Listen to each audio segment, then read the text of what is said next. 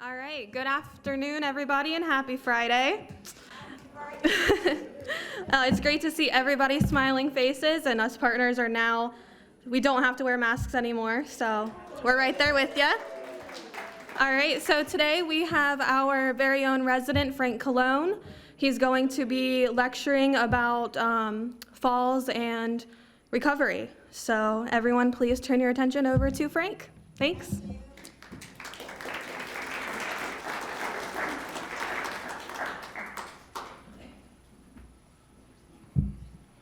I saw the television and I was looking for a distinguished speaker. Where is he? Oh, I'm sorry. Oh, folks, we all know about falls, unfortunately. And second, what I do with my notes, those almost fell through. The issue is that all of us in this room are prone to falls for no other reason than the fact that we are aging. Now, this is a very interesting topic. Aging begins roughly at what age? About 35. The reason is that we start losing our neuromuscular connections in our muscles, bones, and our brains start diminishing at about the age of 35. Now, that's not true for every single one of us, but it is true for the majority. So none of us in this room are affected by that, but the rest of us, some of us are. Anyway, I watched Roger Federer the other day. Did any of you watch Wimbledon and watch Federer be defeated the other night?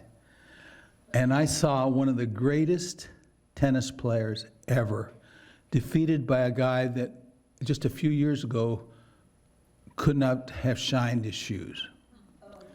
Because Roger is he's 40 now. And Roger is showing some of the neurological changes that we all undergo. He also has shown us some of the bone and cartilage problems by just within the last 2 years having both his knees operated on for severe osteoarthritis of the knees. So that's a good example of what happens to us as we age. Roger is still great, but he's just not as great as he was. He's lost some of the wherewithal that makes us better coordinated, stronger, faster, all the things that we like to see in youth that we lose as we get older. Now, there are about 8 million falls a year that are seen in the emergency rooms in this country. Can you imagine 8 million falls? Imagine if they all came in on the same night. Oh my God, I was involved in a lot of stuff that I thought was about 8 million falls in one night. But 8 million falls, and about of them have injuries to the head. And I'm going to talk about those a little bit down the road. But to me, the biggest concern, next to a fracture with a pulmonary embolus, the next most dangerous thing is an injury to the head.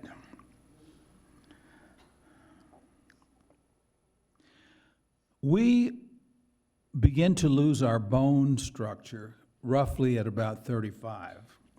And there's not a thing we can do about it. It is a part of our species. This just happens. We just do not put down as much calcium, and the fibroblasts. Fibroblasts are the cells in our bodies that lay down calcium and the structure, the underlying structure, the underpinnings for bones and muscles and all this. And we start losing that at about 35, and then we also start having a change in our metabolism. Did any of you notice that when we hit about 35, that's usually the early age when we start gaining weight? And this is another factor. And this is also not easily controlled. None of you ladies have noticed this, but some of us guys have. I'm sorry. I didn't mean to say that, Rudy. But the fact is that we start losing muscle mass, and we start losing our bone mass because our metabolic functions in our body begin to slow down. So we start losing our muscles, we start losing our bones, and then as time goes on, we start losing our neurological, or what we call our proprioceptive and vestibular functions. Vestibular functions have to do with our ears and keeping our balance. And the autonomic functions, that the vestibular function, the peripheral nerves of our bodies start having trouble tracking our foot and leg motions. And this increases with age. I don't know how old the oldest of us here is. I'm 80. I'm just almost sitting on 85. How many of you in here are 85 or older? Oh my gosh! I guess we should have a fan club. But the fact is that I know that at my age, my legs don't function the way they did. My steps are getting shorter. My feet don't come off the ground as much as they did. I tend to shuffle more. And this has come up probably more in the last 4 or 5 years. Probably may have something to do with having moved here. Maybe not. But anyway, the thing about it is that as we get older, the average gait, Rob? Oh, he's not there. You want to turn this on? Is it? Oh, it is on. Okay, thank you. The average gait for a 30, 35-year-old, I'm going to try to give you my demonstration without falling down, but it's from the hips, long gaits. As we get older, our gaits change. They get shorter. The feet come off the ground less high. And so we shuffle and skid. Can you see the setup for falls? Okay. The same thing is with our balance. I don't know about you, but when I was in college, my wrestling coach said, "My God, Frank, you're as strong as a bull and you have marvelous balance." I hate to tell Bill Smith, he's wrong now. My balance is not great.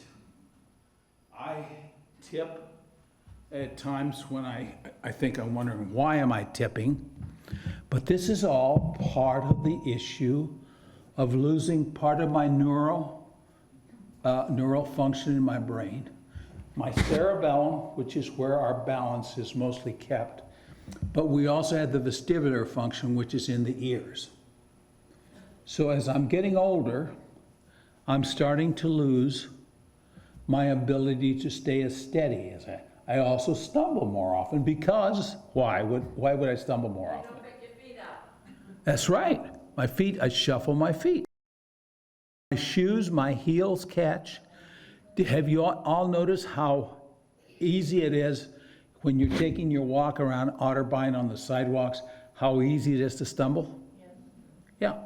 This all goes, that's because when the concrete is laid, it's not laid totally evenly, and even a 1/4 of an inch of variance in the surface can cause you to stumble and fall.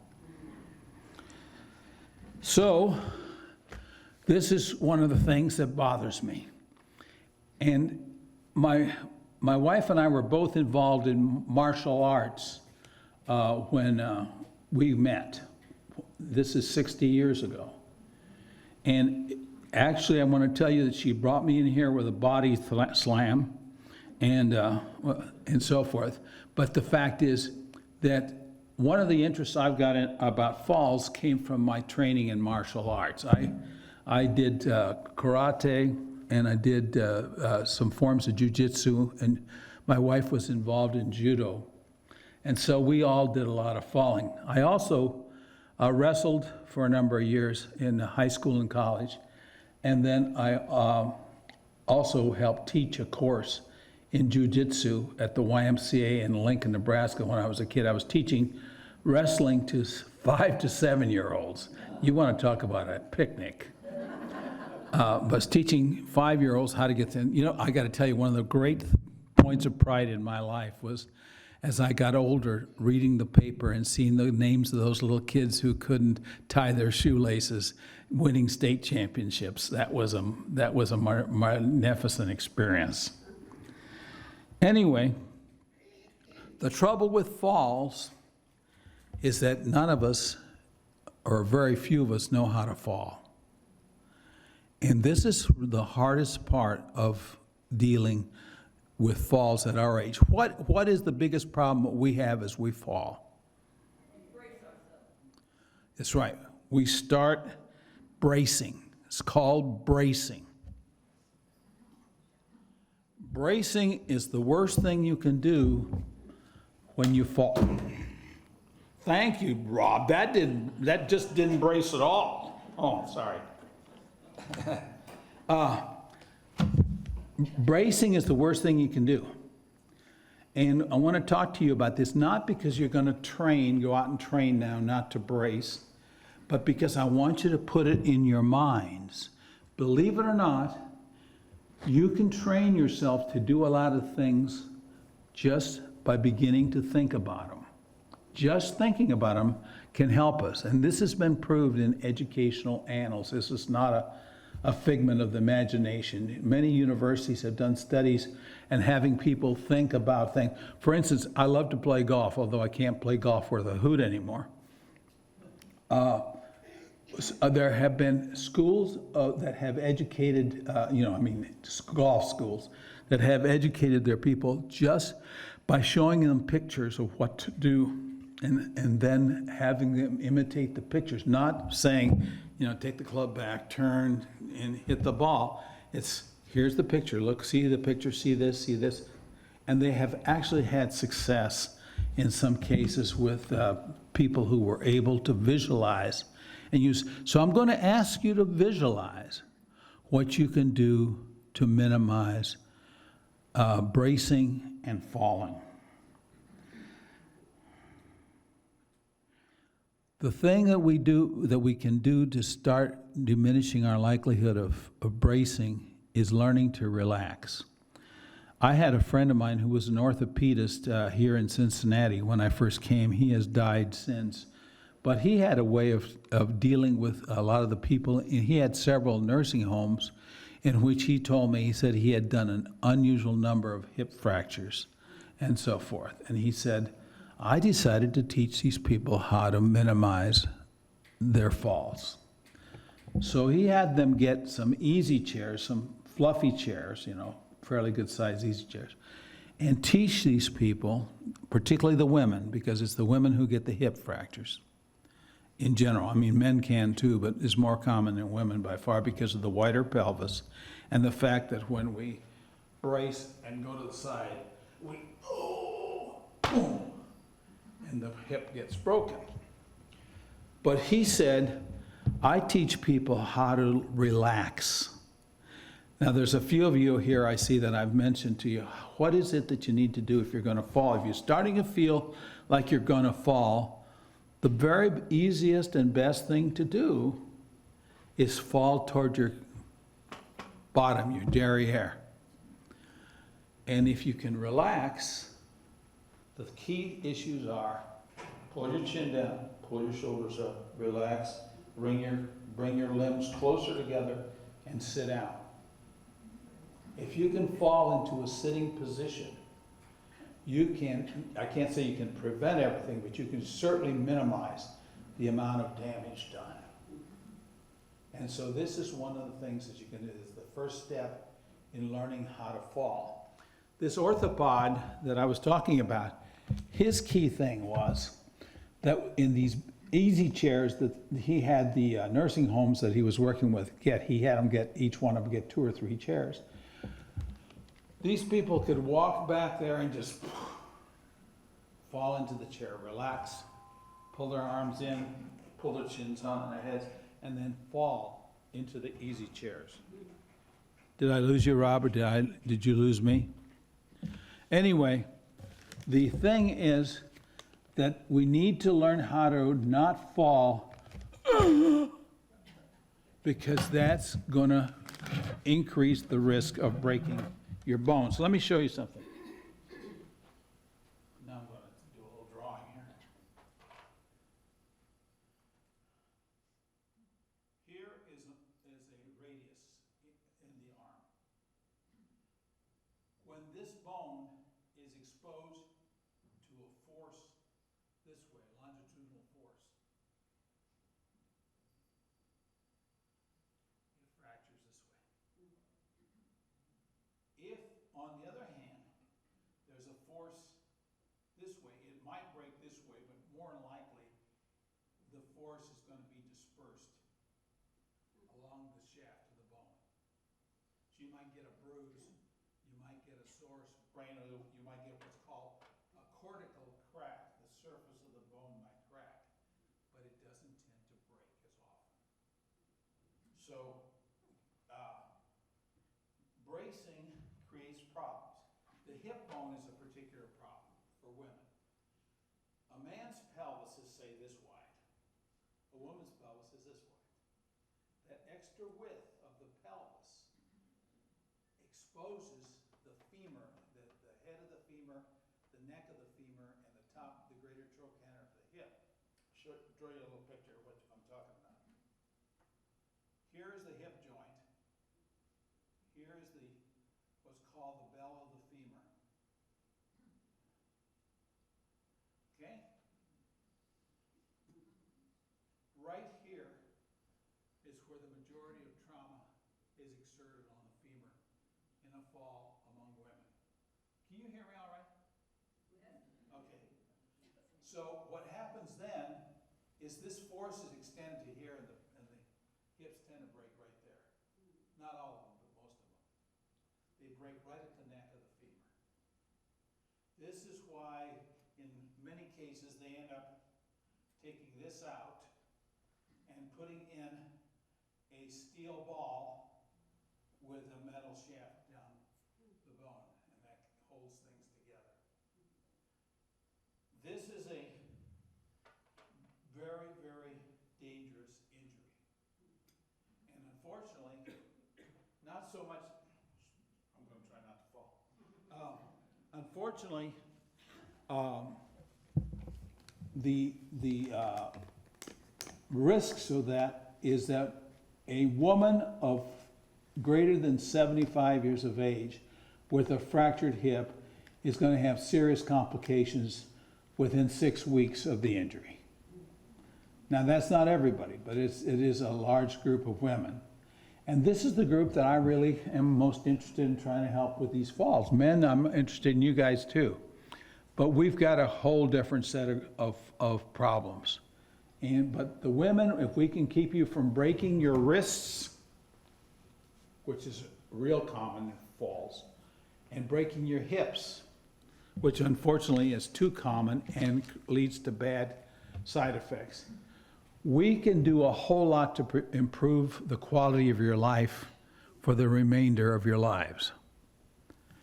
If you can get away without a broken hip or a broken wrist, your likelihood of living a really much healthier, pain-free life than if you don't.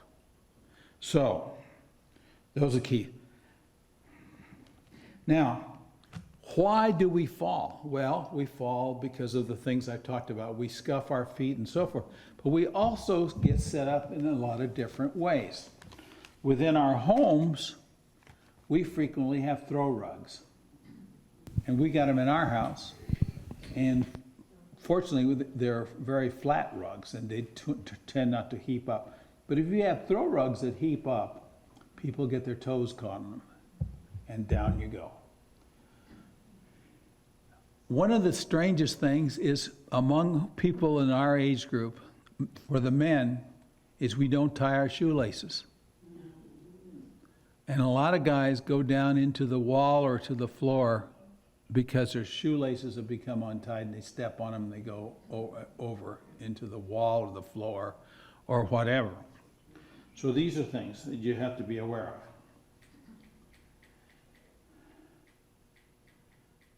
The bathtub and shower are dangerous places, and a lot of falls and injuries there. Here, our maintenance people, when they do go into a house where somebody has fallen, it's usually in the shower or the tub.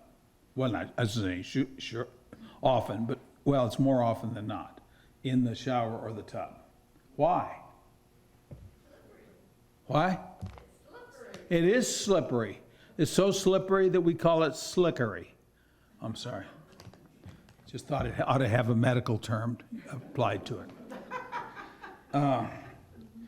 Other things that bother us are our eyesight, problems with eyesight.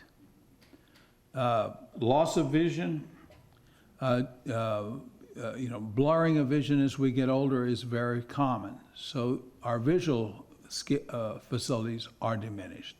So loss of balance, lower scuffing of the feet along the ground, all these types of things enhance the likelihood of us falling. Having adequate lighting in your houses at night is important. Falling at night is a very common problem within houses, even places where you are familiar. So this is the thing. So I've given you as many things to think about, and I hope it's not to scare the heck out of you. I'm trying not to do that. My idea is to try to make you aware of what things you should be aware of and to diminish your risks. The other things within your house that are problems are stepping stools, step ladders, stuff like this. In our age group, we shouldn't be up on step ladders. It's just not a very good idea. Because one misstep and we come down 3 or 4 feet and we land on our keister or our backs or our hips or our elbows or our wrists, and we have a fairly good chance of breaking them. So try to minimize that. Get maintenance over to do the work that you need to have done in your house, rather than trying to get up there and put up the curtains or things like that a lot of us do in our own homes before we move to a place like Otterbein. Okay, now I'm going to talk to you, I've talked to you a little bit about relaxing when you fall. Now I'm going to tell you a sequential fall for all of us. The main thing is you want to protect your head. That's the number one thing. What can we do to protect our heads? And I'd like to have you join me in doing this. Put your chin on your chest. Pull your elbows up under your ears. Pull your elbows up in front of your hip. Now bend forward at the waist and feel like you're sitting right down into your chair. Feel that? If you're sensing that you're falling to the side or to the back, that is the posture you want to try to attain. If you hit the floor with your elbow, you've got tissue there to protect your elbow a little bit. If you hit the elbow this way, you got a fair chance you fracture the humerus. Okay? So pulling the limbs in, the legs and the knees, pull those together and fall. I had a fall myself, I don't know, 10, 12 years ago at my son's house here in Lebanon. And I walked out during an ice storm onto his front stoop, and it was covered with ice. And I hit it, and I was first out into the yard. Now, nobody has thrown me over his shoulder or over his back in many years, but believe it or not, I knew exactly what I had to do. In the air, I knew where I was going, and I knew what I had to do. So I relaxed and pulled myself together, and I landed with no 75-year-old man roughly, flying out to the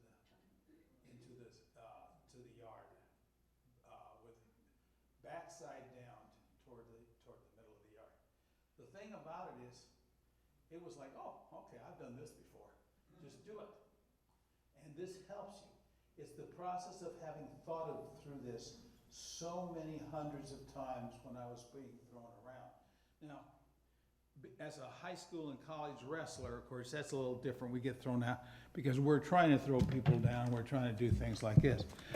When I was helping teach a course in jiu-jitsu at the YMCA in Lincoln, Nebraska, they needed a stooge for what is now the prototype of the Navy SEAL. This man had family in Lincoln, and he was coming through Lincoln, and he was staying there 9 months or so. And the military air police at the Air Force Base in Lincoln had nobody to instruct them in hand-to-hand combat. So he came to town, and somehow the YMCA got a hold of him, and he volunteered to teach something called small circle jiu-jitsu. That time they were advertising it as judo, and it wasn't judo. It's small circle jiu-jitsu. But the thing about it was that he was an excellent martial artist, and he needed a stooge. Well, who better to get than that Puerto Rican kid? He doesn't have any brains anyway. Get him up here. Let's do it. So I was teaching wrestling, and the head of the YMCA said, Frank, we'll give you an extra $1.50 an hour if you'll do it. In 57, 58, $1.50 meant a lot to me. I needed all the money I could get. I was in college and trying to, get my way through. I worked at heavy manual labor all summer. This was my off season, my off summer work that I did some of it at the Y. And so I was getting instead of getting $1.25 an hour, I was now going to get $2.25 an hour for what I was doing. Anyway, the point being that the guy who got me there had told the guy, I want somebody who knows how to fall. So he came out and he started showing people how to fall by throwing me around. And you go through the process. First you learn how to roll, do front rolls, and you do how to side rolls, back rolls, and so forth, so that you don't hurt yourself when you're falling. And this is part of what you need to do. This is part of the relaxing business if you start to fall. If you pull your arms toward your center, everything is more compact. And the more compact things are, the less likely they are to break, correct? Have you ever tried to break a bunch of branches together, 4 or 5 branches? Together they're hard to break. Individually they're easy to break. And this is what you're doing, you're working for, is to pull things together so that you have more reinforcement from all the other structures that you're using in a fall. Have you ever seen a child fall? How do they fall? They're relaxed. They're relaxed, and they just kind of flop and get up and, oh, that was too bad. Let's go do it again. So this is one of the important things. Try to fall like a child. Do not expose you. Now, I've seen children break their arms and legs too, but it's less often, much less often than in adults, and particularly in older adults. Some of us were going to get into the older adult category pretty soon, so we should be thinking about it.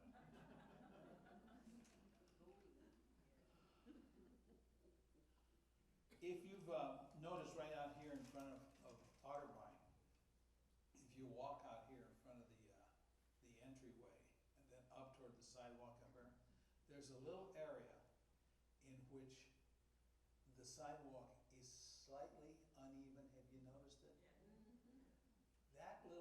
I've seen my wife trip on that thing a half dozen times. And when we were walking, I almost always take her arm in mine to remind her that was having trouble tripping, and I think it's that kind of stuff in your environment that you need to be aware of. You know, if there's a lot of gravel, sand, or something on the sidewalk, be careful. Feet tend to go out from under you in those cases. Now, there's still some more stuff I want to talk about that was happening to us. Almost all of us have osteoarthritis of the joint. Do you understand osteoarthritis is a deterioration of joints? We have it in our spines, and that deterioration leads to what we call spinal stenosis. Do you understand what spinal stenosis is? The spinal column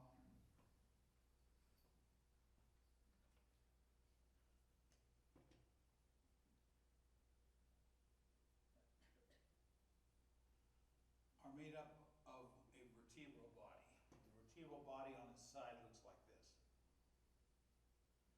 From the top down, it looks like this. This is where the spinal column, this is where the spine goes, in this area in here. These are bony prominences that protect the spine. But the spine itself goes down the spinal canal. And what happens to us is we get older and we get our vertebrae and the discs that sit behind our vertebrae, which are made of cartilage and fiber. They start to get squeezed down, and they bulge. And this spinal cord starts being pushed back out of the way in our spinal canal. It's called spinal stenosis, narrowing of the spinal column. And that presses on our nerves in our spine, and that starts lowering our ability to sense things as well in our legs, and it also cuts down on the strength of our muscles, because those nerves come down to the muscles in our legs. So we're losing our strength and we're losing our sensation. Now there's also a thing called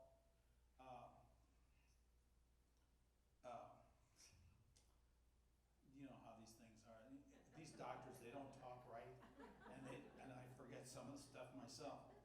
What was called peripheral neuropathies. We have peripheral neuropathies, and neuropathies are inflammatory disorders of the nerves in our extremities. And these can also cause us to lose our sensation. Sometimes we just develop numbness in our feet and our hands.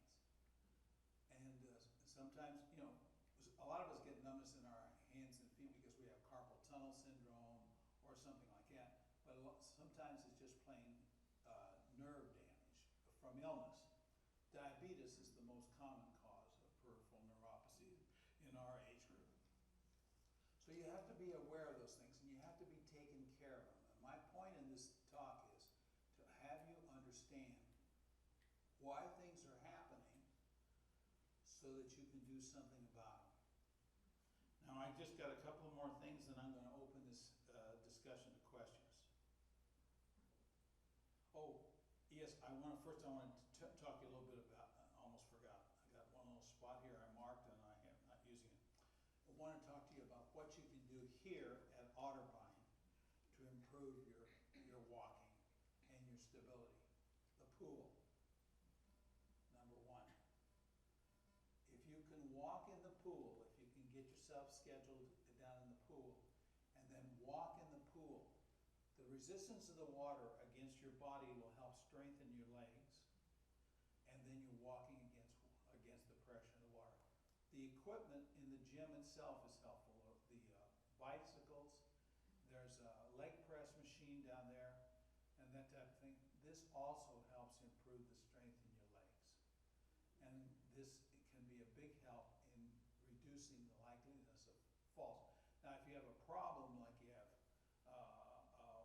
multiple sclerosis or Parkinson's or one of these things where the neural system is disrupted, it's harder. It doesn't help as much.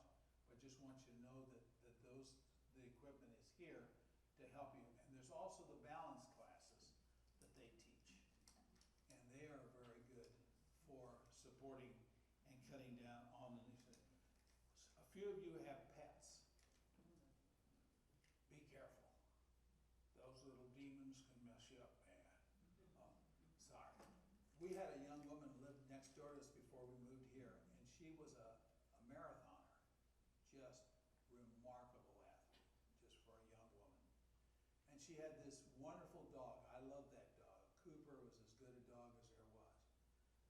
But one day she's walking along and the leash, she's running and she's got the dog on a leash, and the leash got wound around her leg and she fell down and she broke her leg. And the thing about it is, it wasn't the dog's fault, it wasn't her fault, it was just the circumstances. But that was a wonderful dog, and I hope he's still around because he was a good one. The other thing is, some of you will notice lightheadedness as being a more common problem as you're going along. Okay, that's all a neural problem as our brains are changing. Doesn't mean you're gonna fall down, but it means you're gonna need to be cautious about your balance. Have areas, if you need walkers, use walkers. If you need a cane, use a cane. But the thing is, be aware of the problems so that you don't get yourself in situations in which you do have a fall and hurt yourself. One little exercise that I'll tell you that you can do at home is when you're getting into the shower, you got those handlebars. Get a hold of those and stand on one foot for 5 to 10 seconds. Tell on the other for 5 to 10 seconds. Do that a couple, 3 times.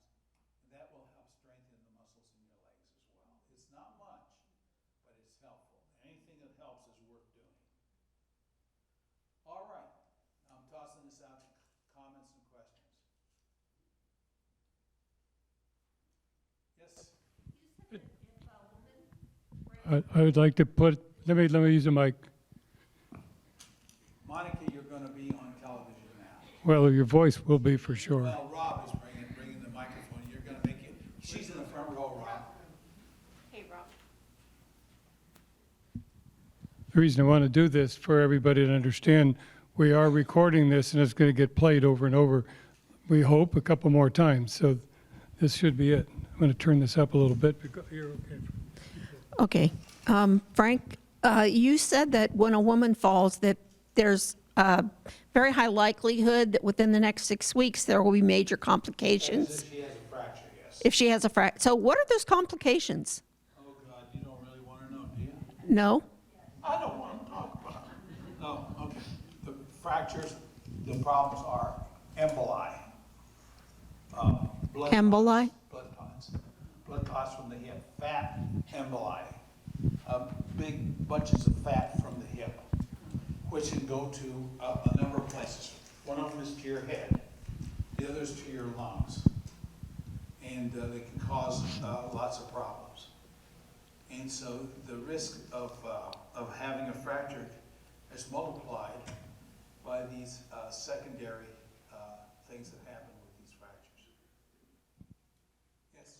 Frank, the tucking, if we're going to feel like we're falling to the right or left or backwards.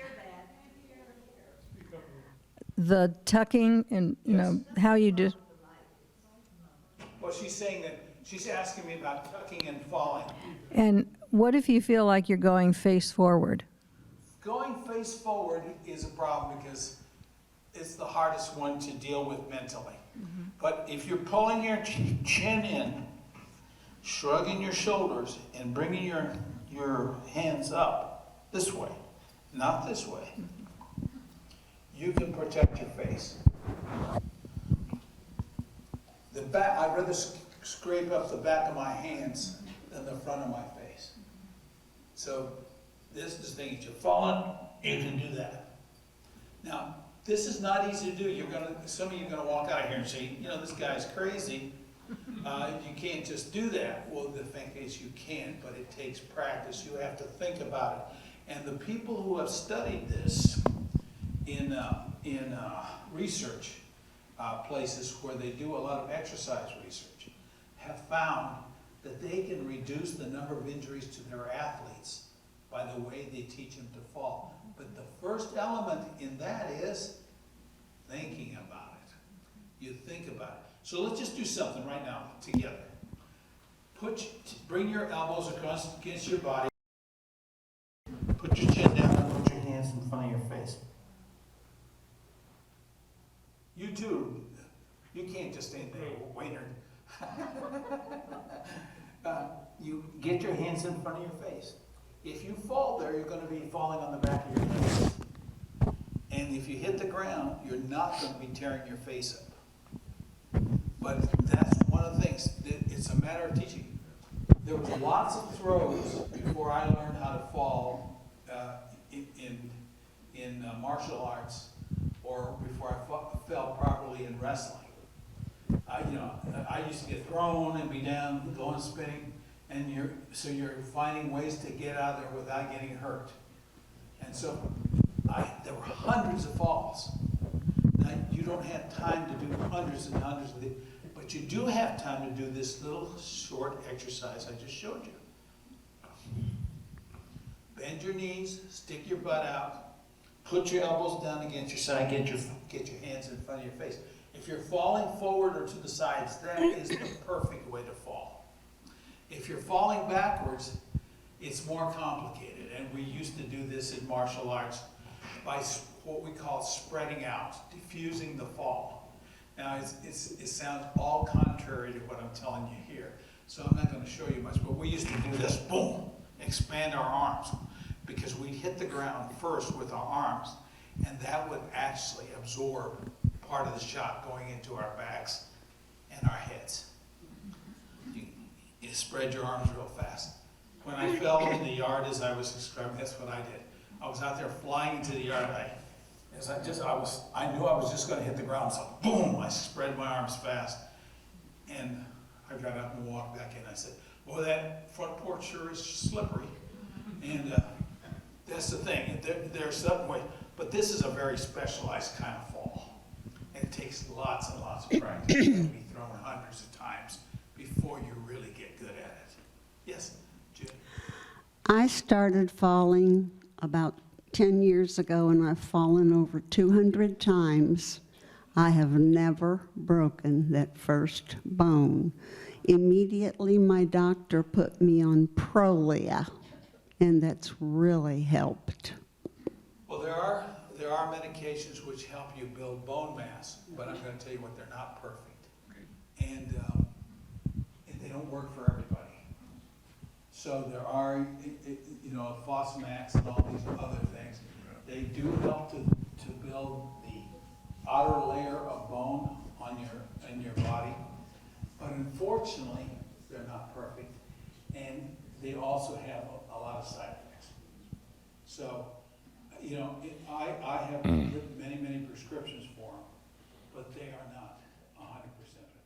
It's best to learn how to deal with a fall if you start. Let's just say you're sitting in a chair and you feel like you're going to fall out laterally. What would you think you would do if you're going to, Junior, if you're going to fall out of that chair to the side? Yeah. What would you do? What would you do to prevent it? Nothing. I just showed you. Come on, listen. Oh. Sounds like your third grade teacher, doesn't it? Don't think of that fast. But the fact is, what I'm talking to you about today is start thinking about it. What you do is you're going to fall out of your laterally.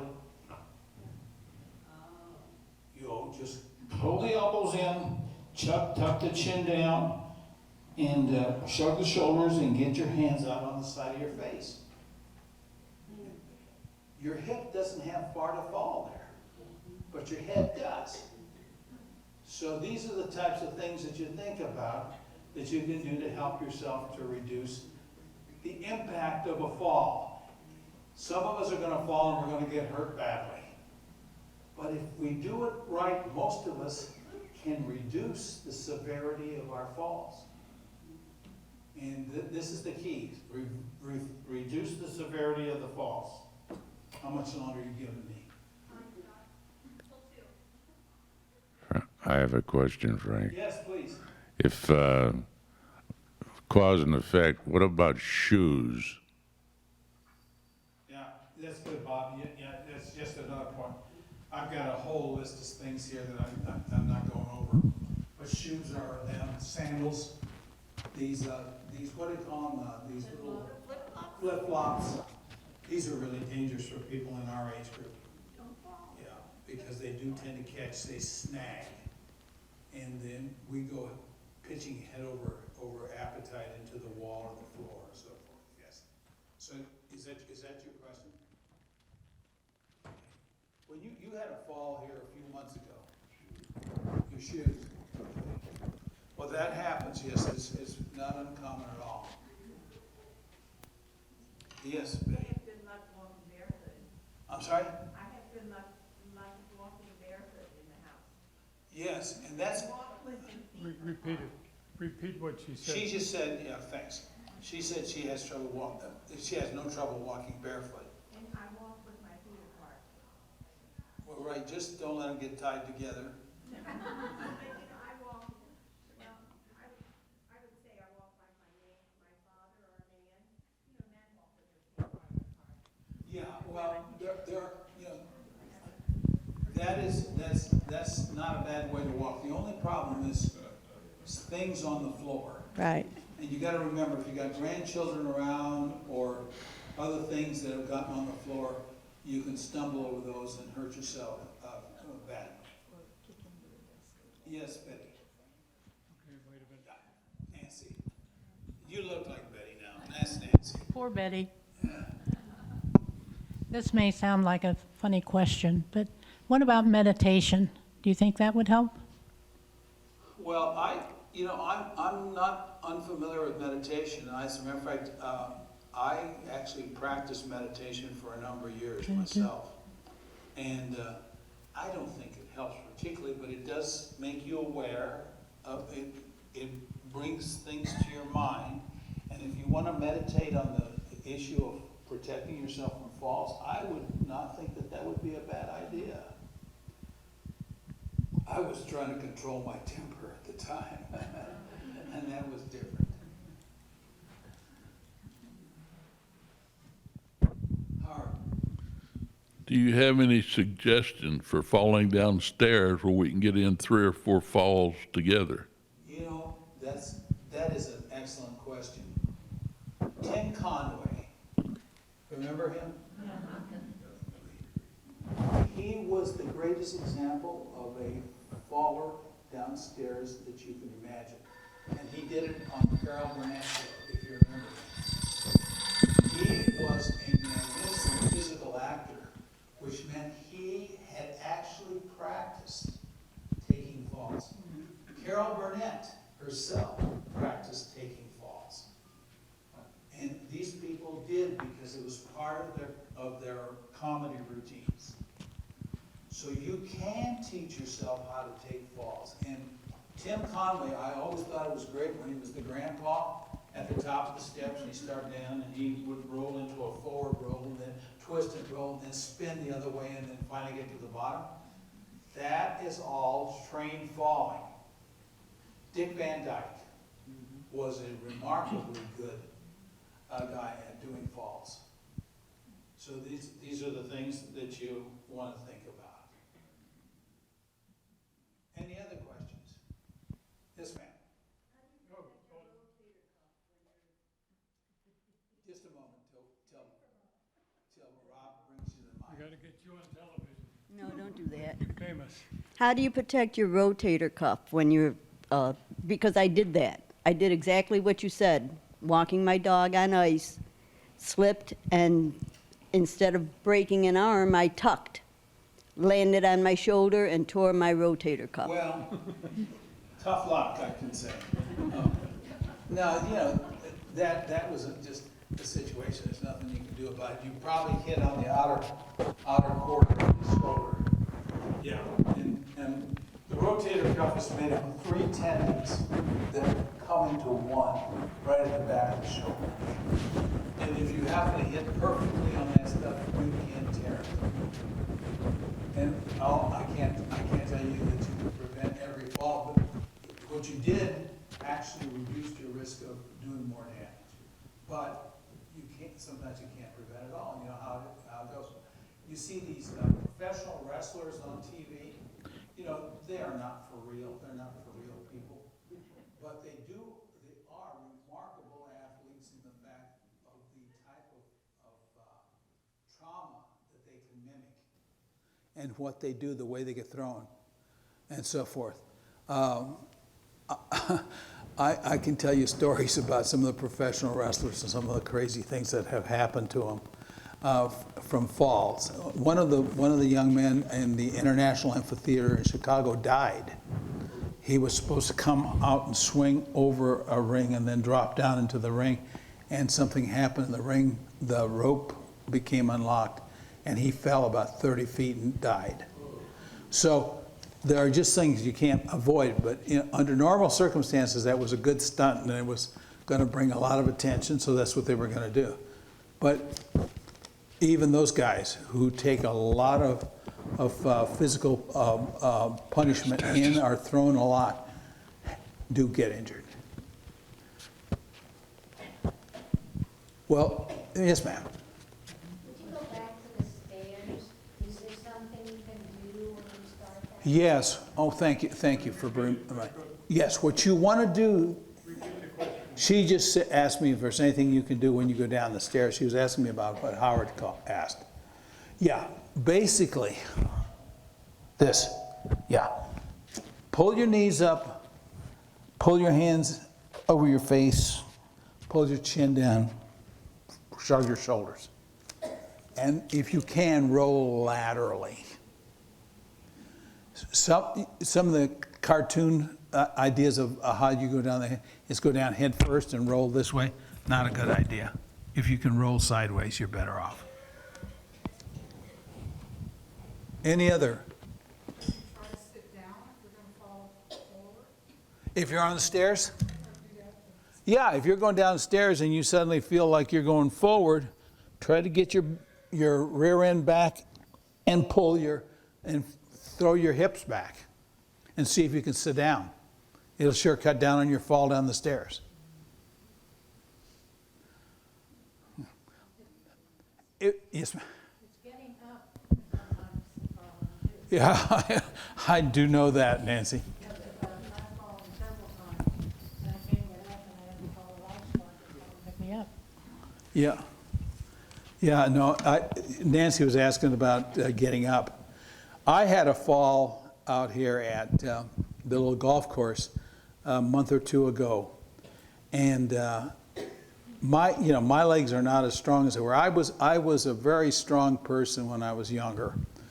And I could, get up and do stuff. But as I'm getting older I have had multiple back surgeries and stuff like this. And my legs are not as strong as they used to be.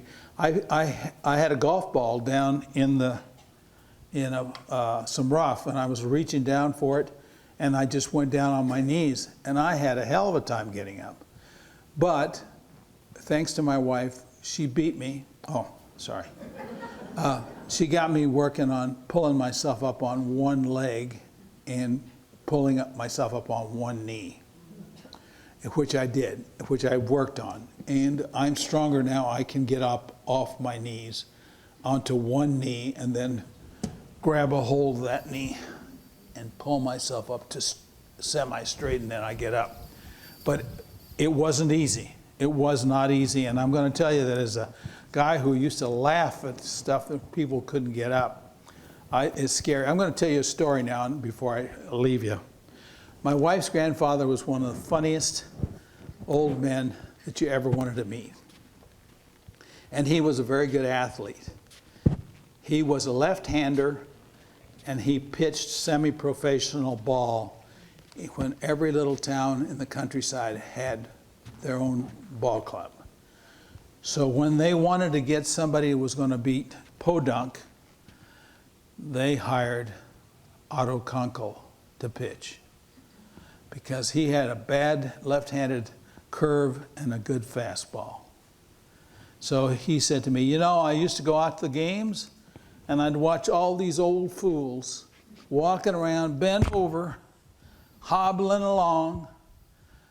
And he says, but I recognized the other day when I looked in the mirror, there was an old fool walking around like that right in front of me.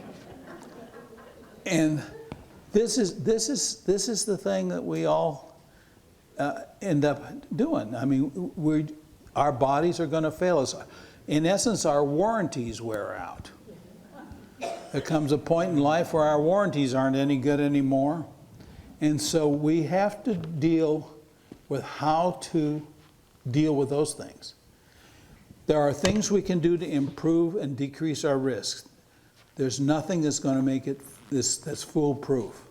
All I've come to talk with you today is some things that you can do that you can learn them yourself, and they're not hard to learn. When you go home, if you have a big sofa or something, just fall back. Pull your hands up and fall back into the sofa. Just get the feeling of what you're doing. You know, just get the sense that I can do this. If I start falling, this is what I'm going to do. If I'm going to fall forward, as Nancy was asking, again, bend your knee. The stiffer you are when you hit, the more injury you're liable to create, okay? So I can't tell you if you do this, it hurt. What I can tell you is most of the time, if you do it, you will have less severe injuries.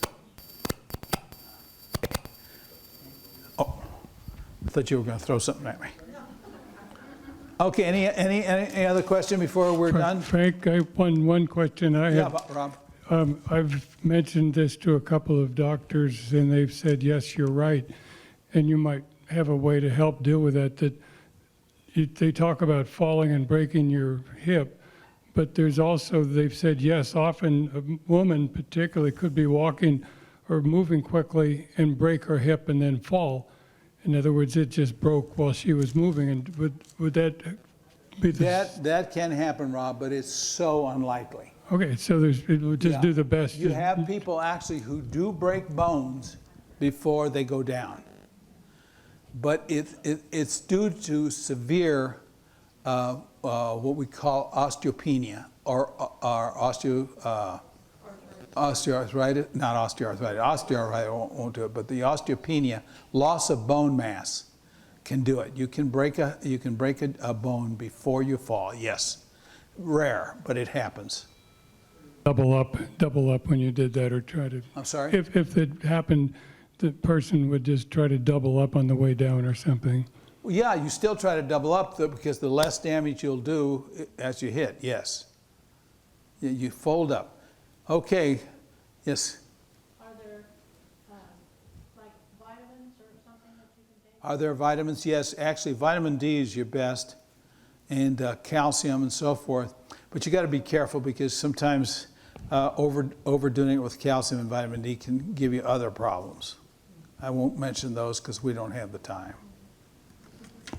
But if you take vitamins fairly regularly, and vitamin D is an important one of those. We can all buy the multi-purpose vitamins for seniors, and they all have a good amount of vitamin D and C. You got to remember one thing. One of my teachers in medical school said to us, the people of the United States have the most expensive urine in the world. Yeah. And the point is that when we are taking in all these multiple vitamins, most of them are not absorbed into the parts of the body that need it because we got already overloaded. So it comes out in our urine. So I used to say, you know, take 2 or 3 pills a week if you're going to take them. And that usually works. But if you're a woman with osteopenia, with thin bones, take your pills every day. They were doing some good then. If you're like I am, I have pretty good bones, but the fact is that I don't need calcium every day, but I do take calcium and vitamin D at least 3 times a week. What about regenerative cell therapy? I don't know anything about it. Yeah, there's all kinds of therapies. I don't know anything like touch therapy. I don't know much about that either. But I do see some people, purport to have good success with it. Thank you.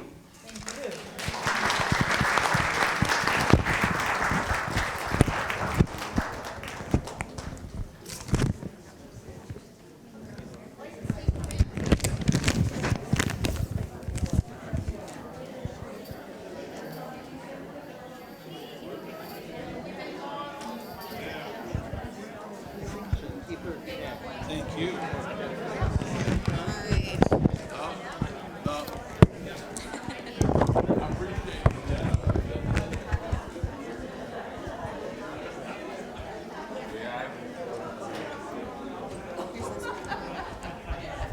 You just let me do it. Thank you. So glad we used that.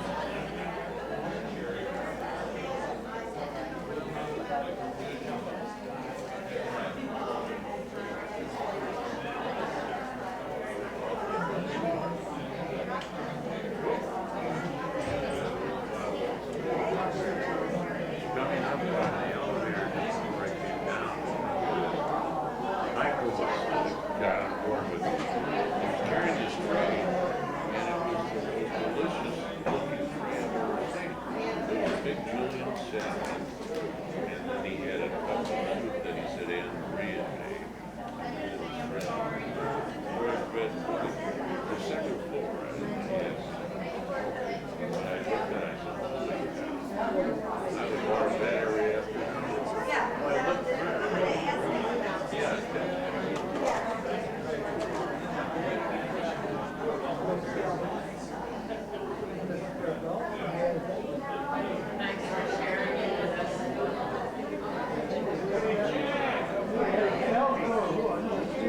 Yes, sir, I gotta take care of it.